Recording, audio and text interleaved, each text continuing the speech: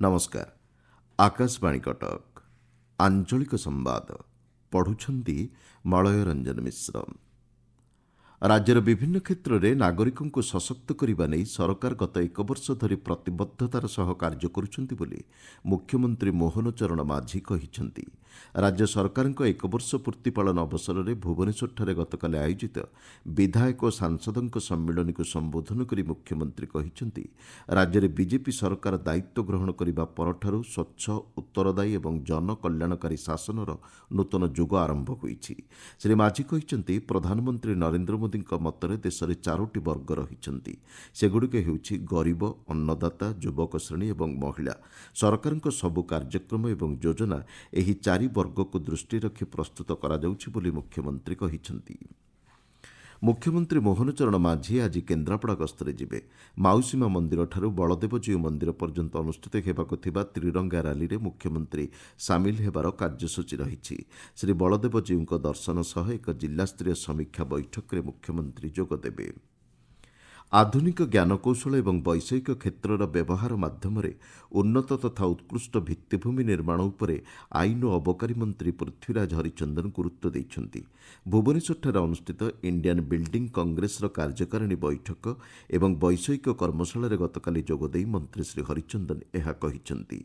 विपर्यय सहनशील भित्तिभूमि निर्माण सहित वैषयिक कर्मचारी कार्यदक्षता वृद्धि नहीं नियमित तालीम कार्यक्रम आयोजन करने को मंत्री श्री हरिचंदन परामर्श देइछंती। टेक्निकल सेमिनार थिला नेक्स्ट जनरेशन जो इंजीनियर माने काम करूचंदी सेमाननको आहुरी बेटर टेक्नोलॉजिकल सपोर्ट दबा पे प्लेटफॉर्म दबा पे इटी आईबीसी भली संस्था मानक सहित आमे गोटे कोलैबोरेशन सरकारनकर जेतरे कि गोटे टेक्नोलॉजी ट्रांसफर रो गोटे रेगुलर मीडियम तयारी हबो एवं जेमति आमे एबे गोटे सब इंजीनियर मानकर गोटे ट्रेनिंग फैसिलिटी को गोटे परमानेंट फीचर वलिया ताकू नेकी चालियो आरंभ करिछु। जो टेक्नोलॉजी ट्रांसफर हेले अनेक गुडी कथा सेथुर आगु को जीवो सेही लक्ष्य नेकी आमे चालिछु।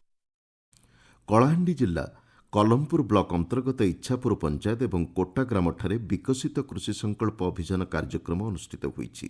धान गवेषणा केन्द्रर वरिष्ठ वैज्ञानिक डॉक्टर अंजन कुमार एवं वैषयिक अधिकारी प्रमुख एथिरे जोगदे नूतन कृषि प्रणाली जलवायु अनुकूल चाष समन्वित रोगपोक परिचालना मृत्तिका स्वास्थ्य आदि विभिन्न प्रसंग में स्थानीय चाषी सह मत विनिमय करिसेंति। पुरी श्रीक्षेत्र में श्रीजीऊ विश्व प्रसिद्ध रथयात्रा को श्रृंखलित भाव संपन्न करने लक्ष्य नहीं आज द्वितीय रथयात्रा समन्वय कमिटी बैठक अनुष्ठित हेब। पूर्वाह्न आईन मंत्री पृथ्वीराज हरिचंदन अध्यक्षतार पुरी पौर सदन ठारे एही बैठक अनुष्ठित हेबार कार्यसूची स्थिर होईछि। सूचनायोग्य प्रथम समन्वय कमिटी बैठक केन्द्रांचल राजस्व आयुक्त अध्यक्षतार अनुष्ठित होइथिला। मालकानगिरी ठारे जिलास्तरीय संतरण तालीम कार्यक्रम प्रथम पर्याय गतकाली शेष होईछि। सप्ताहव्यापी ଏହି कार्यक्रम प्रशिक्षार्थी को संतरण एवं प्रतिकूल परिस्थितिर मुकाबिला नहीं तालीम प्रदान करा जायछि। ओसडामा सहायतार जिला विपर्यय परिचालना कर्तृपक्षों द्वारा ग्रहण करा जायतिबा ଏହି पदक्षेप माध्यम 9टी पर्यायर 270 जन को तालीम प्रदानर व्यवस्था करा जायछि। ओडिशार प्रथम मुख्यमंत्री उत्कल केशरी डॉक्टर हरिकृष्ण महताबଙ୍କ 125तम जयंती समारोह गतकाली कटक सारला भवन ठारे पालित होईछि। संस्कृति मंत्रालय और दि यूनिवर्सर मिलित आनुकूल्य आयोजित ଏହି कार्यक्रम आम समयर समाज और तहिरे सामाजिक अनुष्ठानर भूमिका शीर्षक आलोचना चक्र अनुष्ठित होईछि। जातीय शिक्षक पुरस्कार 2025 ପାଇଁ आवेदन प्रक्रिया आसंता जुलाई 9 तारिख पर्यंत जारी रहिबो। शिक्षा मंत्रालय पक्षर ऑनलाइन माध्यम राष्ट्रीय पुरस्कार पोर्टाल रे आवेदन ପାଇଁ परामर्श दिया जाइछि। आसंता सेप्टेम्बर 5 तारिख रे गुरु दिवस अवसर रे राष्ट्रपति द्रौपदी मुर्मू मनोनीत शिक्षकों को पुरस्कार प्रदान करिवे। देश में कोरोना आक्रांतों संख्या गतकाली सुधा 6133 रे पहुंची। केरल में सर्वाधिक 1950 जन संक्रमित चिन्हट होती।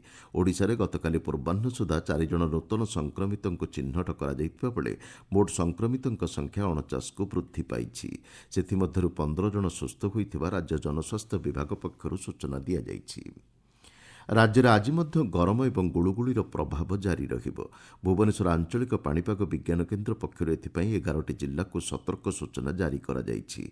गतकाली राज्यर सर्वोच्च दिन तापमात्रा 40.6 डिग्री सेल्सियस संबलपुर और हीराकुद ठारे रेकर्ड करा जाइछि। आंचलिक संवाद वर्तमान पई एतिकिरे शेष होला। आमर परवर्ती आंचलिक संवाद शुणिपारे अपराह्न 2:32 रे।